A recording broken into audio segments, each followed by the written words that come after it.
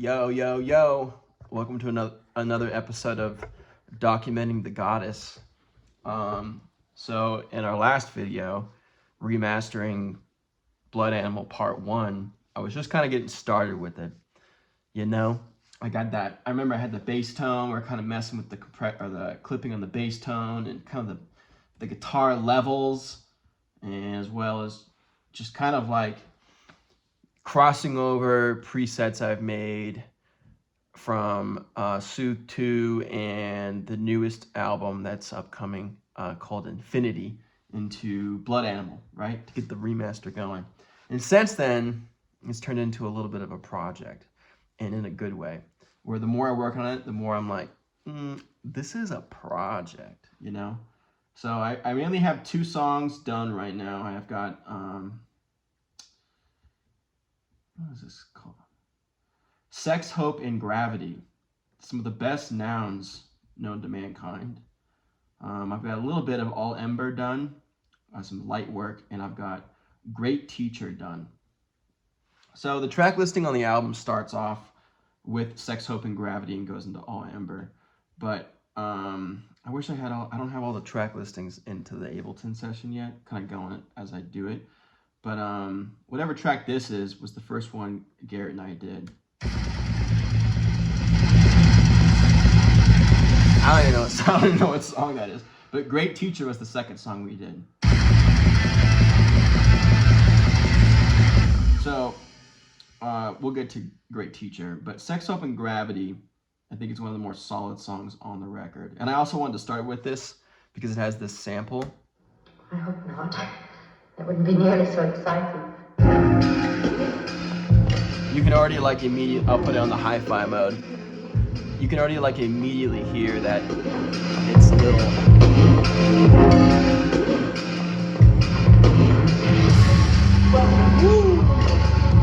But it's funny because I think this is the last song we did together, and then Garrett and I took a little break.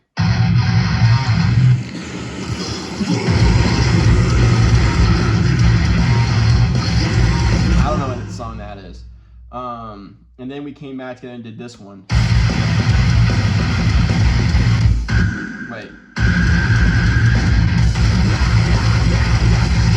No, we did this song.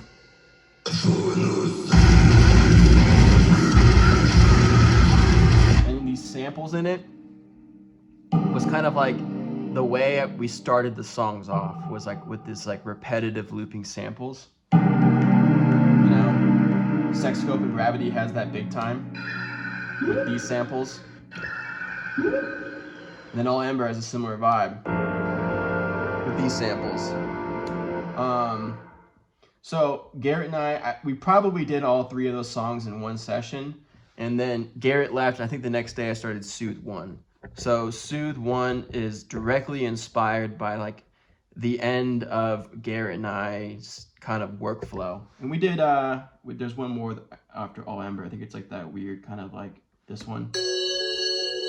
I can't remember what it's called yet. I'll know it in a future video. But it's funny because when Garrett and I started doing these songs, like Great Teacher and stuff, I'll mute the samples.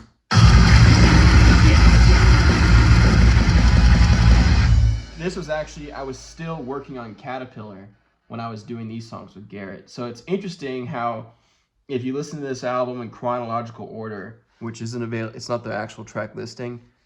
I'll know it eventually and I'll comment more on that later. But if you listen to it in chronological order, it's almost like a total transition from Caterpillar into Caterpillar into Soothe.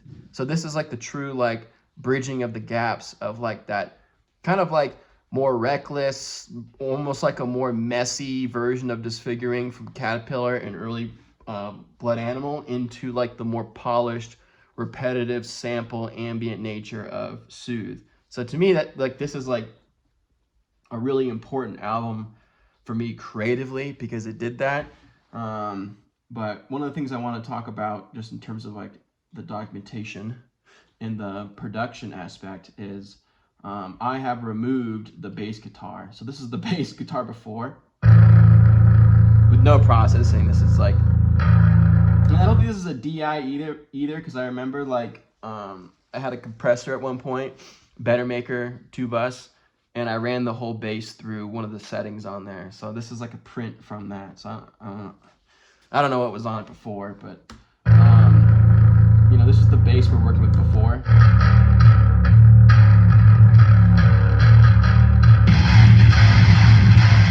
And I don't like it. So I've been redoing it with a MIDI bass that I have like super dialed in right now. But it's like this MIDI bass is like from Soothe 1, and I think the bass in Soothe was like a super defining element. Just for documentation purposes, I used, for bass guitar and all the early stuff before Deprive was all just a pitch down guitar track, which is a very common thing. And then Deprive and Black of Child featured a MIDI bass, which I found extremely helpful for tightening things up, getting a really good bass tone that I really like, and as well as kind of like solidifying a lot of the songwriting behind that record. And the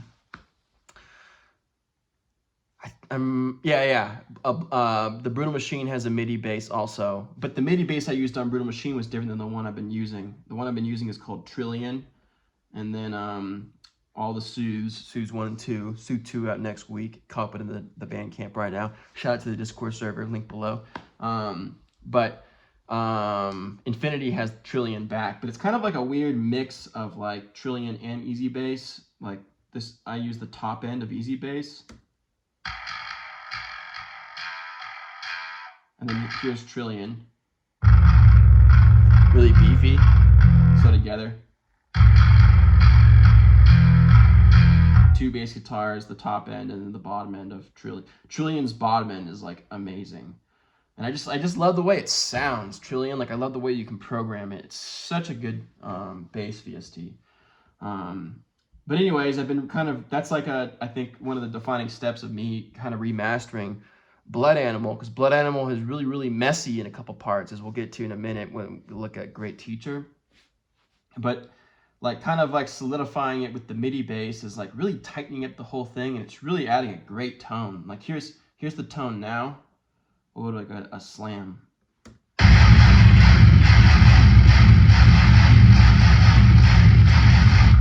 Brutal. Here's the tone with the old bass. It's cool, but it doesn't like make me feel like I'm like, you know, gonna get up and, you know, violently dance around, right? I love the drums on this too so far. Haven't changed them since our last session.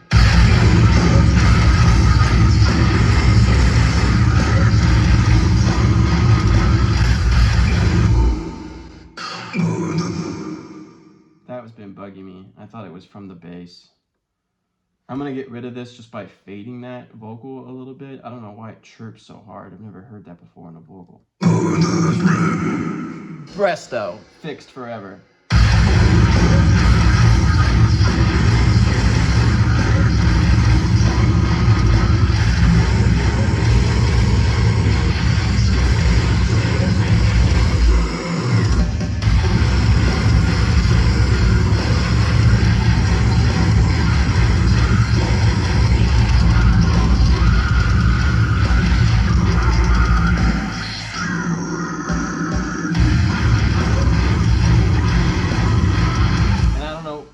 Guitar here before, but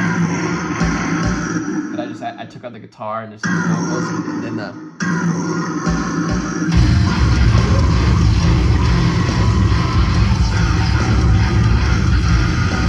honestly, this sounds so good to me. I did this yesterday, and I probably listened to the MP3 on my phone like 100 times. Like that's what I'm saying. Like this has turned into a project. Is like I'm like, wow. Like it's like, it's almost like how it felt. The vibe is the same as it was in the studio when Garrett and I are making this, but it's like actualized, and to hear it in real time is just like, this is insane. You know, what a personal journey.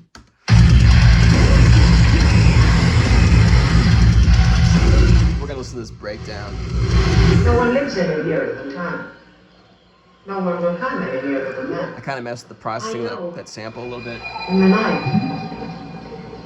In the dark.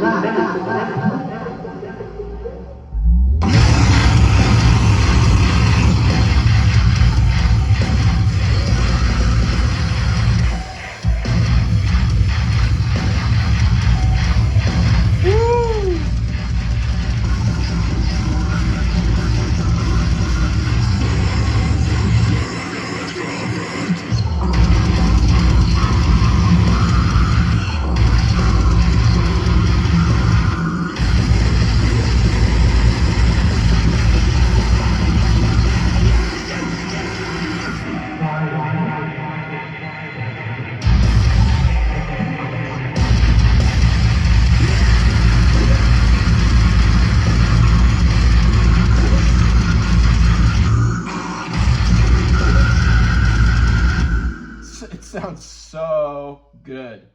All Ember is has all the bass done for it so far, but I haven't gone through and like cleaned it up. Maybe I should do that right now. I don't have much time. But Great Teacher, let's get to that real quick because that's what I've been working on today. Great Teacher was really messy. The guitar was really messy. A lot of the guitar in Great Teacher, both guitars are playing different things the whole time. So there's a couple parts where I kind of changed that around so it wasn't so much the case. I added a lot of breaks, like a lot of like gaps. Like let's check it out. This is after the intro.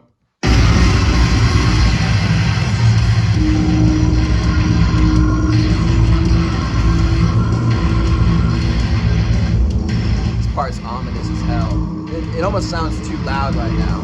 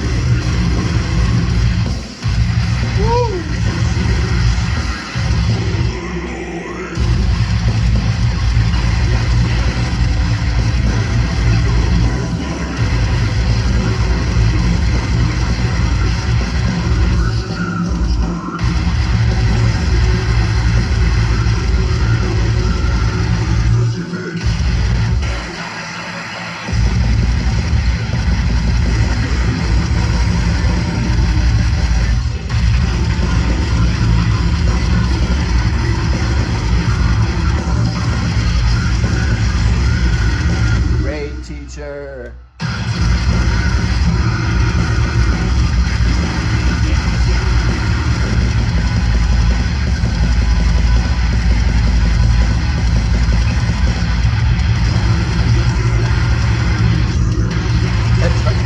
This drum beat was always so cool to Garrett and I.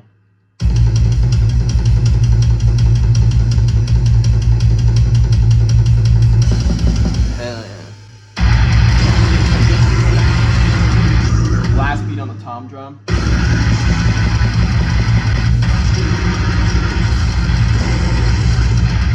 And also Great Teacher's sickest riff ever.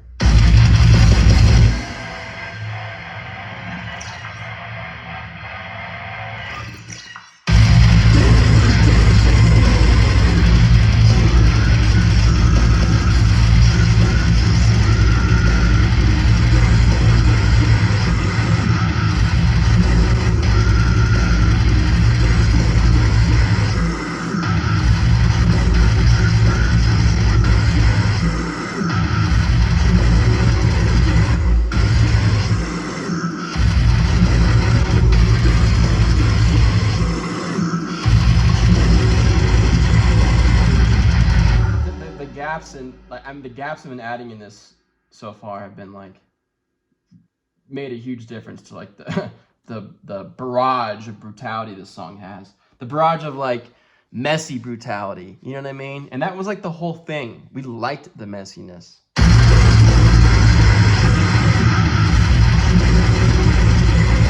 did that in for now. It's kind of cool. Sometimes like when you're adding some changes like that, like I will literally go and eat and go on a walk or something, and I'll come back with like an hour of fresh ears, and it's like game changing how different my flow is and my approach. Like when you're in the mode and you're like listening to it over and over and over, not over and over and over again, but just kind of like you just hear this for like an hour. Sometimes it's like hard to get like the sense of like how to make the proper edits or how to like do things. I mean, there's some stuff I need to sit down here and do, like with the bass guitar.